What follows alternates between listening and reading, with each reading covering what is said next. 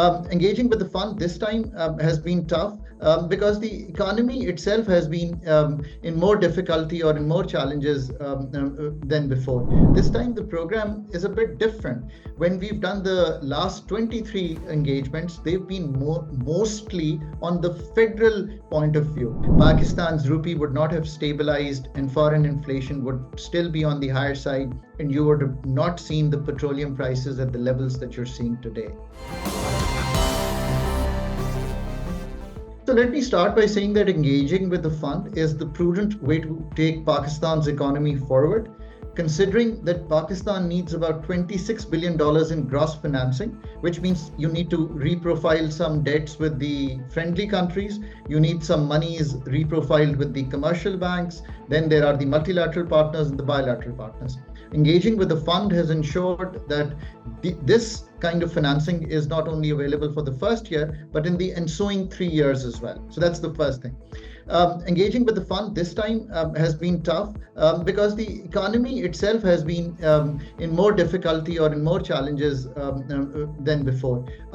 So we started with the budget. The budget was tax heavy, everyone knows that. So we went all the way from 9,400 billion rupees in tax collection on the FBR side to about 13 trillion. That's like 3,600 billion rupees. But to get to that, we had to enact new policies in terms of taxation from 1,500 billion to about 1,800 billion. That itself was a heavy toll on the people of Pakistan in terms of GST revisions, income tax revisions, some changes on the real estate, and excise, some customs duty changes.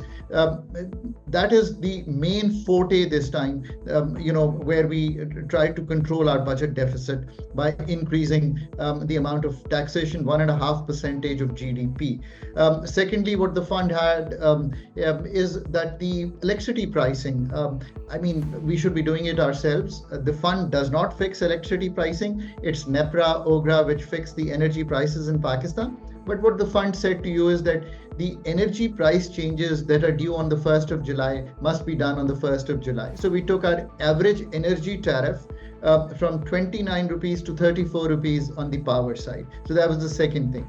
Then again, keeping the rupee, not pegged to the dollar, but moving with an exchange rate which was more demand and supply driven. So keeping up with that.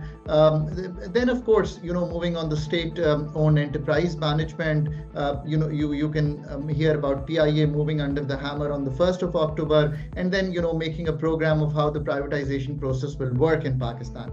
On the generous side, I think there is an increase on the BISP, which is substantive so that we can protect the people who are on the vulnerable side. So I think that's the overall program. But this time the program is a bit different. When we've done the last 23 engagements, they've been mostly on the federal point of view. This time they've gone deeper and they've talked about, going to a fiscal pact. Fiscal pact meaning that we should have done the NFC on our own, but we have delayed it. 7th NFC happened in 2010. So a fiscal pact meaning what the provinces will generate and what they will shift in terms of provincial surplus, and moving ahead how the devolved subjects under the 18th constitutional amendment would mean that the subjects have moved. The monies should also be taken away from the federal budget. The federal budget has 17 subjects which we are still running. We are giving money to them. The estimate, and I read a study done by the World Bank on Pakistan's expenditure side, and they think anywhere from 300 to 600 billion rupees are being spent on these subjects. So the fund's now talking about education, health, social protection, moving down towards the provinces and taking away the expenditure on the federal government. Agriculture income tax is another thing that has come this time, and I think the fund has spoken and said that by 1st of January the provinces will make the agri expenditure in line with the personal and corporate income tax regime that is effective in the country. Now that's a big one. We haven't done that before. We will continue to maintain a flexible exchange rate. That means rupee will move on both sides.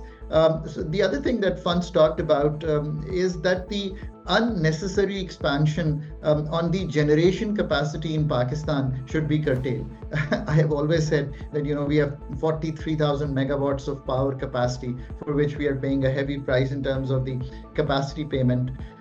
Removal of cross subsidies, which means that some of the upper end customers in every bracket are subsidizing the lower end customers, moving away from the industrial side, giving a subsidy in terms of cross subsidy on the tariff side to the domestic consumer. So moving away from that. And then, there are certain things that one has to think about, curtailing special economic zones effort on the Pakistan side, curtailing the Pakistan Sovereign Wealth Fund effort.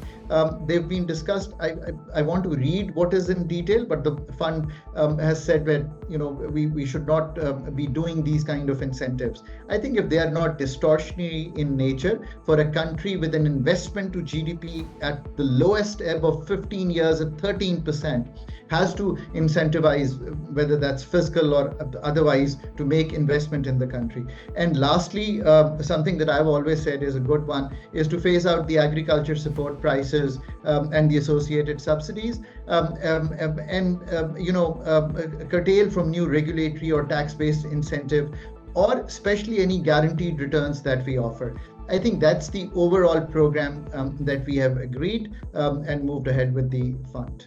So, that's probably the most important question and the most difficult to answer. So I'm going to make an effort to answer that very carefully. One, you have to remember that this debt that we say is $100 billion over the next 4 years to be paid. And I think this needs to be really, really clarified. What we are saying is that, let's say next year, what is due? In FY25, $12.7 billion are due to our friendly countries. $4 billion is due to commercial banks. These are two debts which we keep reprofiling. The other debt is multilateral, is bilateral, and then the current account deficit is added, and that's how you get to the $25 billion. The more difficult debt is the domestic debt, which is a high percentage of the overall debt that Pakistan holds today. My sense on that is that both these need to be thought through. I think the debt is sustainable.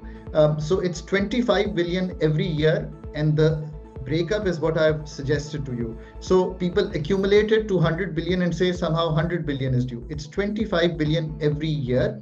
If we were to pay, for example, $12.7 billion, the next year we would only hold $12.5 billion of debt. So let's be very, very clear. I think it's sometimes gets exaggerated.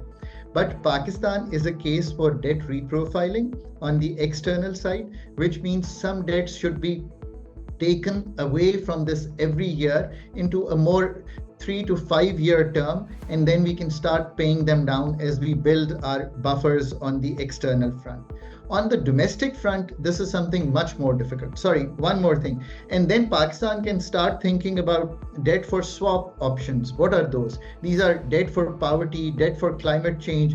These are the kind of thinkings that Pakistan should be doing. So reprofiling the foreign debt, debt for swaps on the foreign debt, and then building capacity as we build our exports, as we build our buffers to draw down some of these debts that we already hold. So I think that's the foreign side. The domestic side, I think, is much more difficult, because whenever you start touching the domestic side, there are voices of discomfort in the country, and I understand that.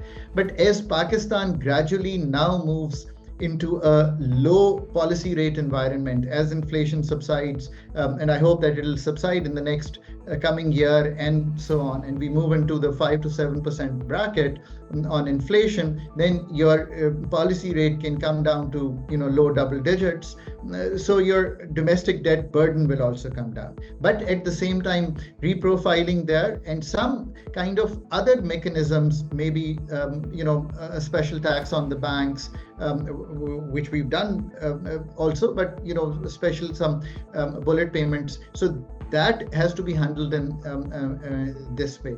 Otherwise, the burden of 9,700 billion rupees, which we hold this year to be paid in terms of what we owe on the markup side is too heavy on Pakistan. This expenditure itself is curtailing our ability to do many other things that we need to do on the infrastructure, education, health, spending, and especially curtailing our fiscal deficit, which creates the inflationary trend in the country, and we get into a debt cycle. So I'm really hoping that, I've put some initial thoughts that something on these lines can be developed as we move forward.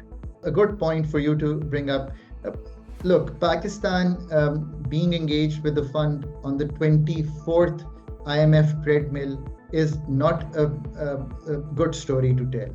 You are in an ICU doctor, you are with a lender of the last resort. It's time that we realize that this treadmill has to, culminate in the structural work on the economy. Pakistan's program, as I once very recently wrote in Dawn a paper, and it said breathing space.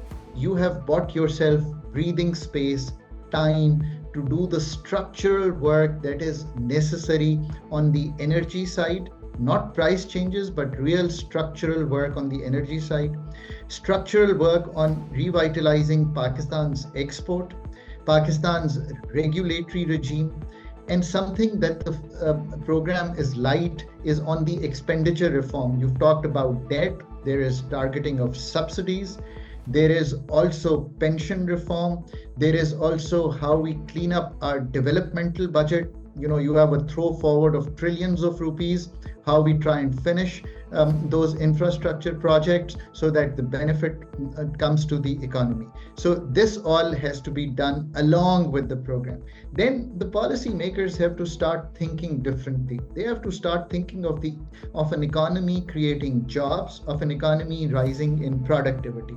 Lastly, what does this all mean for the people of Pakistan? Look, if we were not engaged with the fund, inflation would not have tamed from a high of 38% to what we are now thinking about in low double digits, around 12 to 15%. Pakistan's rupee would not have stabilized and foreign inflation would still be on the higher side, and you would have not seen the petroleum prices at the levels that you're seeing today.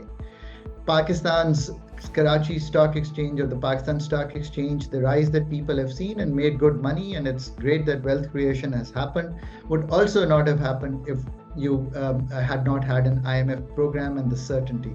And lastly, the policy rate at 22% is now down to 17.5%, and certainly there is room for much more, easing on the monetary side. What does that mean for you? That means that your buying power hopefully would be better when Dawn increases your salary by 15% and the inflation is 12%. What it means is when you go and buy a car, you're leasing every month, what you pay would be lower. When I set up a factory, I could, now borrow at a lower rate. That I hopefully think that, people would start having more confidence in the economy, and some of the uncertainties on the horizon would get removed. That's the whole program with the fund. That's the idea of being with the fund. Fund has taken you off the ICU table and brought you to the surgical table. It's up to you how you run the fund program for the next 37 months.